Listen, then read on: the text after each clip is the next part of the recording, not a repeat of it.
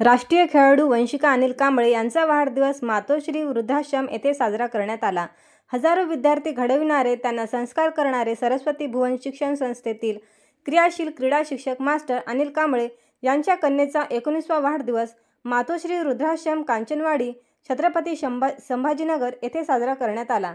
माझी आजी आजोबा माझी जबाबदारी हे वास्तव लक्षात घेऊन मुलीचा वाढदिवस वृद्धाश्रमात असलेल्या आजी आजोबांसोबत केला। हॉटेल कॅफे किंवा इतरत्र बडेजावपणा न करता ज्या मातापित्याला मुलांनी वृद्धाश्रमात टाकले आहे अशा म्हाताऱ्या आजी आजोबांसोबत मास्टर अनिल कांबळे यांनी आगळावेगळा व समाजाच्या डोळ्यात अंजन घालणारा वाढदिवस साजरा केला। मुलांना संस्कार यातूनच देत असतात। वेगवेगळ्या उपक्रमाच्या माध्यमातून समाजाला एक शिकवण देण्याचा प्रयत्न ते सातत्याने करत असतात। असाच प्रयत्न काल त्यांनी स्वतःच्या मुलीचा वाढदिवस वृद्धाश्रमामध्ये साजरा करून पुन्हा एकदा संदेश दिला आहे। अनिल कांबळे यांनी यावेळी देशाला स्वातंत्र्य होऊन 76 वर्ष झाले, पण स्वतःच्या घरात त्यांची मुलं त्यांना ठेवत नाहीत। असे स्वातंत्र्य चाटायचे काय असा सवालही त्यांनी या व्यवस्थेला केला।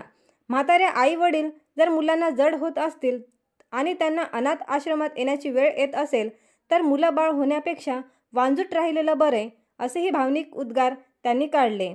यावेळी वृद्धाश्रमाचे मॅनेजर सागर भाऊ, रिपब्लिकन क्रांती दलाचे अध्यक्ष प्राचार्य अनिल गवळे, प्राध्यापिका डॉक्टर उज्ज्वला अनिल कांबळे, डॉक्टर दिव्यानी पैठणी समवेत BES इंजिनिअरिंग कॉलेजचे अनेक विद्यार्थी उपस्थित होते। आज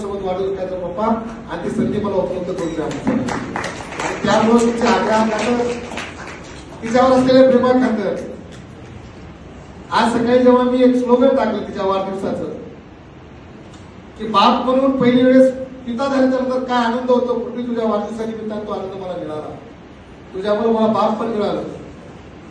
आयुष्यात बापाची मान उंच करता नाही आली तरी चालेल, पण बापाची मान खाली जाणार नाही याची काळजी घेतो आयुष्याचं, एवढं तिला मी बोललो सकाळी आणि तिला तेच सांगितलं की एक सुंदर गीत आहे की मोठेपणी बाबा तुझ्या जगातून हरवेल का ग,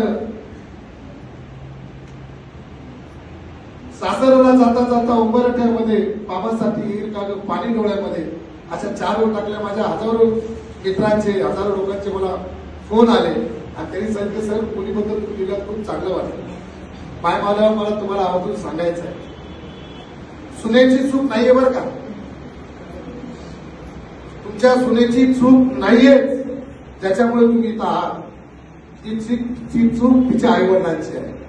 तिला तिच्या आईवडिलांना तिला घडवता नाही आलं, तिला हे पटवून देता नाही आलं, हे तिला समजून सांगता नाही आलं की माझ्यानंतर मी जन्मदाते आई वडील जरी असले तरी माझ्यानंतरचे तुझे आई वडील हे सासू सासरे, हे संस्कार तिच्या आईवडिलांना तिच्यावर घालता नाही आले, त्यामुळे ही चूक तुमच्या सुनेची आहे असं मी समजत नाही। आणि म्हणून प्रत्येक आईवडिलांना मी विनंती करत असतो, कॉलेजला असताना शाळेमध्ये शिकत असताना मी मुलींना सांगत असतो की मायमावल्या कुठल्याच मुलीला वाटत नाही की माझे आई वडील वृद्धाश्रमात राहिले, पण सुनेला नक्कीच वाटतं। आणि तुम्ही भविष्यातल्या सुना आहात, तुमच्याकडून एकही आई वडील वृद्धाश्रमात जातील हे पाप तुमच्या हातून घडणार नाही, एवढे संस्काराचे शिदोरी शिक्षक म्हणून तुम्हाला देऊन तुम्ही घेऊन जा। आणि मुली अतिशय भावनिक होतात, रडतात, सर आम्ही असे शिक्षक पाहिले म्हणतात, आम्ही खूप प्रेम करणारे माणसं आहोत। आज या काष्ट्यात बसलेल्या सगळ्या बायांमध्ये जीवनात आपण त्या काष्ट्यात बसलेल्या सगळ्या बायांमध्ये मला माझी आई दिसते। माझ्या आईच्या कपाळाला कुंकू आहे, माझ्या बाबाच्या फोटोकडे पुतळ्याकडे सतत पाहते आणि मग तुमच्याकडे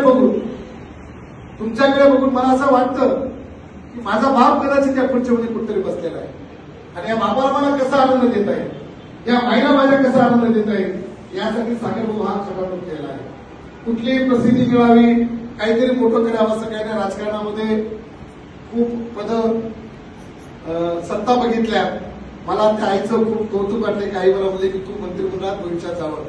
आई मी मंत्रिमंडळात आज गेलो की जनता म्हणजे मंत्रालय आहे आणि तुमच्यापुढे मी बोलतोय म्हणजे एक मंत्री म्हणून बोलतोय, याचा अनुभव मला तुमच्याकडे आलेला आहे। तुम्ही माझ्यासाठी सर्वच आहात, तुमचा आनंद, तुमचा शब्द, तुमचा आशीर्वाद ही साधी कमाई नाही, पण येत असतात मला, येतात जातात। आता सागर दादाशी बोलताना दादांनी सांगितलं की या वृद्धाश्रमामध्ये एक कामगार मंत्री होते, या वृद्धाश्रमात एक जज होते, या वृद्धाश्रमात सचिव होते, खूप मोठे पदाधिकारी असलेले लोक वृद्धाश्रमात असतात. ही खरोखर जीवाला लागणारी गोष्ट आहे की माझ्यासारख्या मुलाला घडवत असताना ज्या माईने 9 महिने नव्हते लेकराला पोटात ठेवलं, 3 वर्ष त्याला दूध पाजलं, त्याच्याकडून खूप मोठ्या अपेक्षा केल्या आणि माझ्यासारख्या हरामखोर लेकरानं तुमच्यासारख्यानं रुद्राश्रमात आणून सोडावं, हे खरोखरच काळजाला भिडणार आहे. वाईट गोष्ट आहे, अतिशय वाईट गोष्ट आहे. किती स्वप्न बघले असतील तुम्ही त्या मुलाकडून, किती स्वप्न बघले असतील त्या सुनेकडून, किती स्वप्न बघितले असतील तुमच्या मुलीकडून, आणि त्यांच्यामुळे जर तुमच्यावर वृद्धाश्रमातून राहण्याची वेळ येत असेल तर मायबाप, मला असं वाटतं की लेकरांना जन्म घालून मायबाप होण्यापेक्षा आपण वाचवता राहिलेलं बरं. असे लेकर नको आहे आपल्याला की भविष्यात माझ्यासारख्यालाही वृद्धाश्रमात येण्याची वेळ येईल.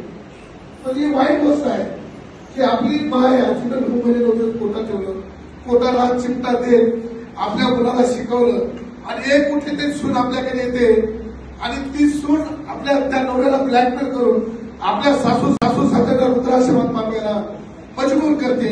ही गोष्ट अतिशय म्हणजे दुःखनीय आहे. स्वातंत्र्याला 76 वर्ष झाली, ते स्वातंत्र्य होऊनही माझ्या जर या देशातल्या बाईला आणि बापाला स्वतःच्या घरात राहण्याचा अधिकार मिळत नसेल, स्वतःच्या मुलासोबत नातवंडासोबत खेळण्याचा अधिकार मिळत नसेल, तर मी समजतो हे स्वातंत्र्य काही चाटायचंय का आम्हाला?